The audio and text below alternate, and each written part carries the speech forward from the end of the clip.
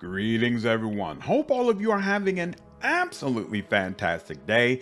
If you've been following the news regarding Dragon's Dogma 2 at all, then you know that while it is an absolutely fantastic game, it's also a game plagued by a couple of issues that have really rubbed fans the wrong way, and unfortunately caused the launch of this game to be much less successful than it probably should have been. Last week, Capcom released an apology and a promise that they were going to address some of those issues, and an update has been released today that is the first step towards that road. The update is a little bit over 1 gig and it should already be available for you on Steam. Starting from the top of the list, the first thing this update does is allow players to start a new game. So yes, for those of you who haven't played Dragon's Dogma 2 yet, originally, once you started a game, you were stuck with that character, period. There was no option whatsoever for you to spin up a new character. Now, to the best of my knowledge, Capcom has never released a specific reasoning for why this is the case, but if I had to guess, it's because they want to ensure that there's only one pawn for each account. So every main character that you create, or Arisen as they're called in the game, gets a pawn which serves as your main party member, and your pawn can be used by other people who are also playing the game. So even though Dragon's Dogma 2 is not a multiplayer game, it does have some functionality where people are able to play with characters that other people have created. And unfortunately, when people are able to create new games, it can also cause a situation where someone has multiple halfway pawns associated with their account. So for example, there's a content creator that I'm friends with, and when I look at the list of pawns available, because he's done some things with his account and has multiple saves, I can see 3 or 4 different versions of his pawn, and I can guarantee you that's exactly what Capcom wants to avoid. They don't want 3 or 4 low-level versions of your pawn while you're trying to figure out what's the perfect type of character you want to move forward with. Instead, they would rather you just stick with one account, one pawn, and change up that one particular character until you get what you want, and then just be satisfied with your playthrough. Me personally, I hate that system. I hate being limited to one account, and frankly, I hate the fact that you're limited to basically only 2 saves throughout your adventure in Dragon's Dogma 2. It makes it virtually impossible to try to go back and experience some of the really cool moments that I've had in the game. But at the end of the day, a lot of that is very familiar to the way Dragon's Dogma 1 was set up. You only had a couple of saves, but you were able to spin up a new game in Dragon's Dogma 1. But you were able to spin up a new game, although it would delete your original game. So you were still only limited to one account. I think Capcom thought because of the way it worked in Dragon's Dogma 1, they could remove the new game feature in this version without getting a whole lot of flack from people. Obviously, that was not the case. People were absolutely livid, and this was a fix that they needed to put in ASAP, so I'm glad they went on ahead and did that. Moving on, the second thing this update has changed is that the number of Art of Metamorphosis items available at pawn guilds is now set to 99. So in the capital city, there's a vendor who basically is all about pawns, and you can use rift crystals, which is a type of currency you earn based on when other people use your pawn, and there are rift stones throughout the world that you can repair, which will also give you this currency, and you can use it to buy items at this particular vendor. And it's all about changing things on your pawn, so changing particular settings, or being able to change your pawn's look, give them a new pair of glasses, things of that nature, right?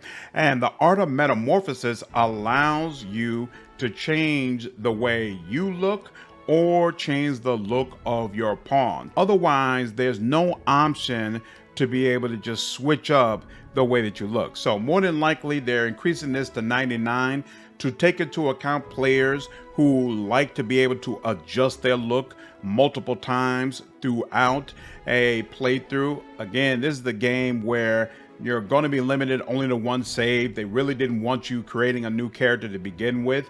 And so for those people who are never really satisfied with the character they create, Dragon's Dogma 2 can be very frustrating. And so making this item available up to 99 times is a way, I think, to help satisfy those people and ensure they always have a way to tinker around if that's what they want to do.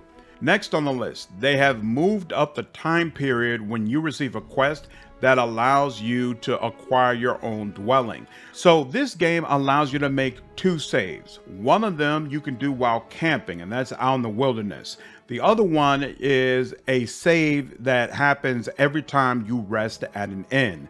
And this is a hard save that is not impacted by anything else that you do. So it's basically almost like an anchor point for you. You rest at an inn, and then if you spend a couple of hours out in the wilderness and something terrible happens and you need to go back, you can always go back to that inn save and then start from there.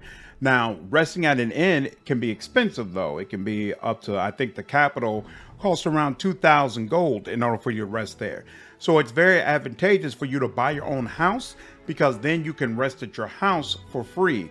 I don't remember how long it took me to get the house. I think I played the game for around 20 hours maybe before that quest finally popped up, but it looks like it's going to give you the option much earlier now to start on the quest that will eventually lead to you being able to have your own house and consequently being able to rest for free. So definitely a nice option, a nice quality of life improvement for players that should make things a little bit easier for them.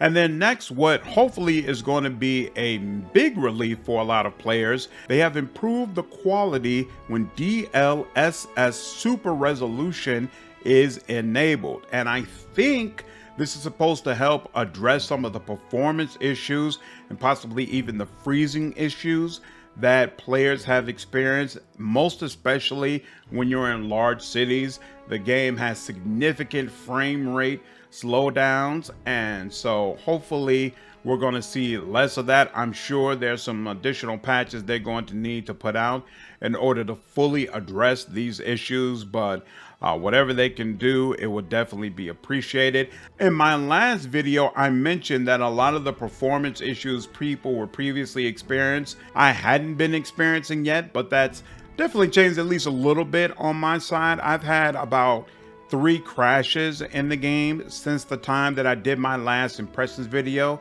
And of course, I've continued to experience a slowdown in performance issues when walking around in large cities. So definitely would be nice to see Capcom address this and smooth out some of the wrinkles in the player experience. Again, my perspective, it's definitely still a fantastic game, definitely still worth playing. But if you have not purchased it yet, I would say you want to wait until Capcom releases a major patch that multiple people confirm has cleared up these performance issues for them, because you definitely don't want to purchase it and then end up having a bunch of freezing when you're playing. And then there are 3 other things listed that have been affected by this update. I assume they're kind of all small. They fixed an issue related to the display of models under some specific settings. No idea what that means. I haven't really had any issues with the way the game is displayed once I went into the settings and made sure all of that stuff was correct.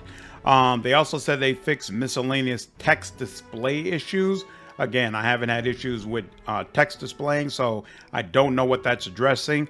And then they also have miscellaneous bug fixes. I've encountered, I think, really small bugs in the game, but there's been nothing huge like characters missing or broken quest or anything like that that really caused me frustration. So I have no idea what these bug fixes are, but regardless, it's nice to see Capcom quickly giving this game proper support, trying to make sure players are taken care of and trying to provide a stable experience for those who have purchased the game. So I hope these patches continue to come and that very quickly players feel like they have a much smoother experience than what it seems like at least some people have gotten up on launch. And that is all the information that I have regarding this recent update and what Capcom is doing to support Dragon's Dogma 2. Let me know down in the comments, do you feel like this patch improves your player experience? Does it address the issues that are important to you? Or do you feel like Capcom still has a long way to go? Definitely looking forward to hearing from you all. I'm hoping that many of you are having an improved gameplay experience. If you enjoyed this video, please leave me a like, subscribe to the channel, and sign up to the Discord if you want to get plugged into the community. I will see you all in the next video. Take care.